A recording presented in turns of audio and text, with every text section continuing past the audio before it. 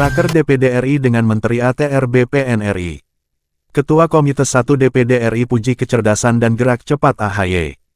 Jakarta, salah satu kegiatan Komite 1 DPD RI pada masa sidang 5 tahun sidang tahun 2023 sampai tahun 2024 adalah rapat kerja dengan Menteri Agraria dan Tata Ruang Kepala BPN membahas beberapa hal yang dipandang penting oleh Komite 1. Pada rapat tersebut dibahas pelaksanaan reforma agraria, penyelesaian sengketa dan konflik pertanahan serta pemberantasan mafia tanah. Rapat kerja tersebut dilaksanakan di Ruang Sriwijaya Gedung B Kompleks DPD RI Senayan Jakarta tanggal 2 Juni tahun 2024.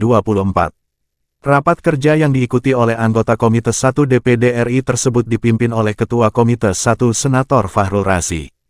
Pada sambutan pengantar, Ketua Komite 1 mengatakan bahwa reforma agraria telah dilaksanakan selama lebih dari 1 dasawarsa. Dalam kurun waktu tersebut, telah banyak sistem dan regulasi yang mengatur dan mendukung pelaksanaan reforma agraria. Namun sampai saat ini sebagian masyarakat masih merasakan adanya ketimpangan struktural kepemilikan, penguasaan, pemanfaatan, dan penggunaan tanah. Jika reforma agraria dilaksanakan secara baik maka diasumsikan konflik pertanahan tidak akan terjadi. Di kesempatan itu, Ketua Komite 1 mengapresiasi kinerja Menteri AHY yang begitu cepat dan responsif. Salah satu yang mendapat perhatian senator adalah optimalisasi reforma agraria, peningkatan kualitas dan keamanan data pertanahan serta ruang berbasis digital dalam rangka meningkatkan pelayanan publik serta memitigasi dan mencegah terjadinya sengketa atau konflik pertanahan. Berdasarkan apresiasi tersebut, Komite 1 DPD mendukung jika anggaran Kementerian Agraria dan Tata Ruang ditambah.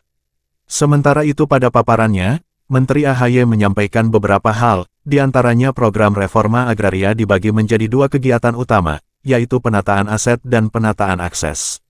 Penataan aset dibagi menjadi 2 kegiatan, yaitu legalisasi aset dengan target 4,5 juta hektar dan redistribusi tanah dengan target 4,5 juta hektar. Sementara penataan akses berupa pemberdayaan tanah masyarakat. Penataan akses dilaksanakan melalui pemberian akses terhadap modal bagi pengembangan ekonomi masyarakat, yang nilainya mencapai Rp6.295 triliun. Pemerintah juga telah melaksanakan penyuluhan dan pendampingan kepada 380.304 kepala keluarga, sesuai dengan potensi tiap-tiap kelompok masyarakat. Dari proses kegiatan ini, telah terjadi peningkatan pendapatan masyarakat sebesar 41%.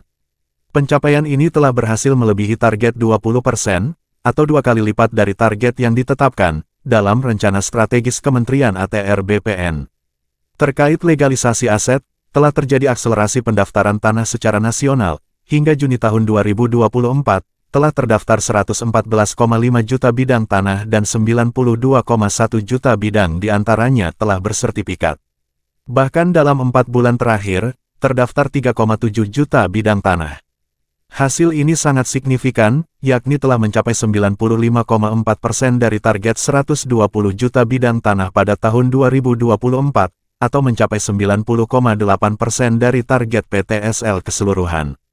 Terkait penyelesaian konflik pertanahan, AHY mengungkapkan bahwa salah satu persoalan yang dihadapi adalah masih banyaknya tumpang tindih overlap antara tanah-tanah masyarakat dengan tanah-tanah kehutanan, banyaknya konflik agraria yang diakibatkan tumpang tindih antara tanah masyarakat dengan hak guna usaha, HGU, tanah masyarakat dengan aset negara, tanah masyarakat dengan kawasan pertambangan, serta konflik terkait tanah-tanah ulayat masyarakat hukum adat.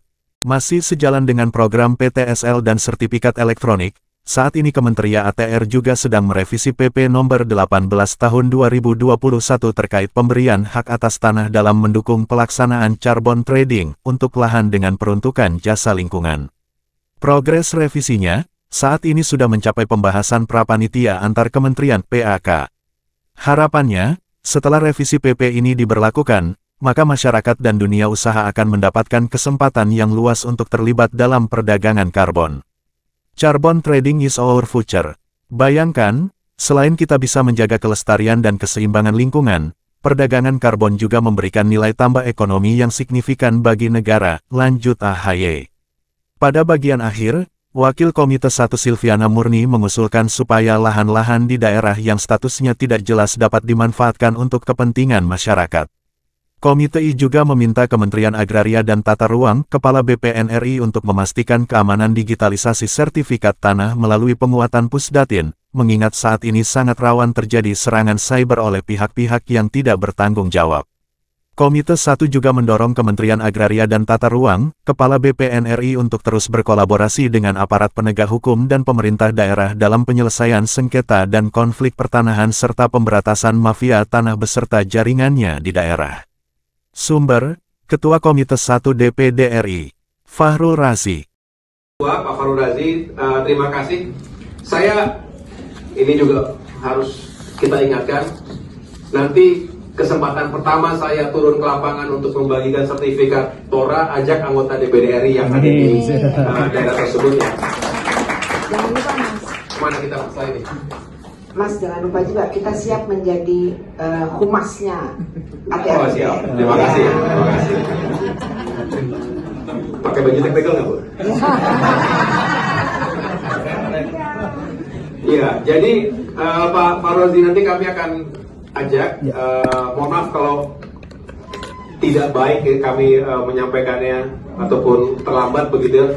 Kita akan perbaiki dan kita akan senang karena sebetulnya ini yang dirindukan oleh masyarakat. Kalau semua elemen pemerintahan, termasuk juga antar lembaga pemerintahan dengan DPD RI dengan DPR itu kompak, terus datang bareng-bareng, menyapa rakyat, turun ke lapangan, mendengarkan aspirasi dan menyerahkan harapan mereka, menurut saya mereka akan sangat happy. Dan ini juga kerja kita semuanya kok, bukan hanya Kementerian ATR saja. Dan terima kasih sudah diingatkan, kami akan lakukan itu. Pak Sekjen tolong jadikan protap nanti setiap kunjungan ke lapangan. Terutama yang mau jadi bupati dan wali kota.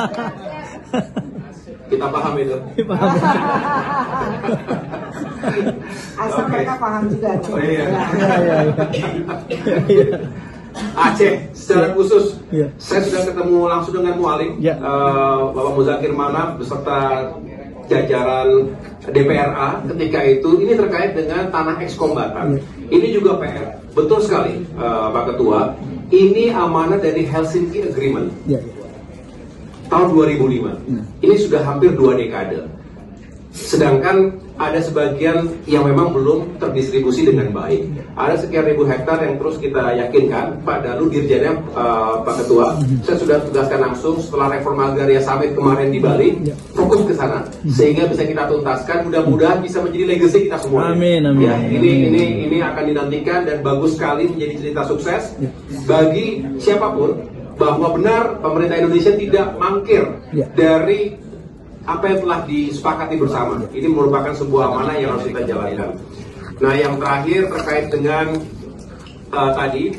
desa dan lain-lain, ini kami juga mencoba untuk terus membangun komunikasi yang baik dengan tanpa mengurangi ease of doing business, karena memang kita ingin semakin baik hubungannya dengan aparat desa. Kita tahu undang-undang desa itu sebenarnya sangat baik, memang eksekusinya harus semakin tepat sasaran sehingga benar-benar bisa dirasakan manfaatnya oleh masyarakat, warga desa, khususnya juga di bidang pertanahan. Kami akan coba pelajari lebih lanjut bagaimana komunikasi dan koordinasi yang baik, termasuk kontribusinya bagaimana kepada desa ketika ada urusan pertanahan yang sebetulnya bisa punya peluang buat pembangunan di desa. Minimal PAD-nya desa gitu. PAD-nya desa, betul. Terkait dengan XHGU yang bisa dimanfaatkan untuk mendukung pendidikan formal, universitas, termasuk tadi di daya untuk masjid pesantren, saya pikir ini yang terbaik.